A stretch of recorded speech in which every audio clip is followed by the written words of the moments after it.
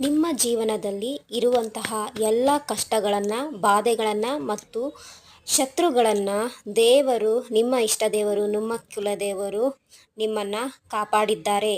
ತುಂಬದ ಕಷ್ಟದ ದಿನಗಳನ್ನು ನೀವು ಅನುಭವಿಸಿದ್ದೀರಿ. ಆ ಕಷ್ಟದ ದಿನಗಳನ್ನು ಎಂಡ್ ಮಾಡ್ತಾ ಇದ್ದಾರೆ, ಅಂತ್ಯಗೊಳಿಸ್ತಾ ಇದ್ದಾರೆ.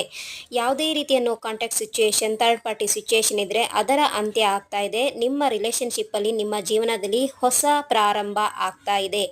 ನಿಮಗಾಗಿ ನ್ಯಾಯವನ್ನು ದೊರಕಿಸಿಕೊಡ್ತಾ ಇದ್ದಾರೆ ನಿಮ್ಮ ಇಷ್ಟ ದೇವರು, ನಿಮ್ಮ ಕುಲದೇವರು, ನಿಮ್ಮ ಏಂಜಲ್ಸ್. ಹಾಗಾಗಿ ನೀವು ಯಾವುದೇ ಕಾರಣಕ್ಕೂ ಮಿಸ್ಗೈಡ್ ಆಗಬಾರ್ದು ಅಂತ ಹೇಳಿ ಇಲ್ಲಿ ಗೈಡೆನ್ಸ್ ಬರ್ತಾ ಇದೆ. ಯಾವುದೇ ಕಾರಣಕ್ಕೂ ಜಗಳಗಳನ್ನು ಮಾಡಬಾರ್ದು ಮತ್ತು ಆದಷ್ಟು ಮೆಡಿಟೇಷನನ್ನು ಮಾಡಬೇಕು. ಇದರಿಂದ ನಿಮಗೆ ಒಳ್ಳೆಯ ರೀತಿಯಲ್ಲಿ ಬ್ಲೆಸ್ಸಿಂಗ್ಸ್ ಸಿಗತ್ತೆ, ಗೈಡೆನ್ಸ್ ಸಿಗತ್ತೆ. ಅದರ ಜೊತೆಗೆ ಕೆರಿಯರಲ್ಲಿ ಗ್ರೋತ್, ಸ್ಟೆಬಿಲಿಟಿ ಸಿಗುವಂತಹ ಚಾನ್ಸಸ್ ಇದೆ.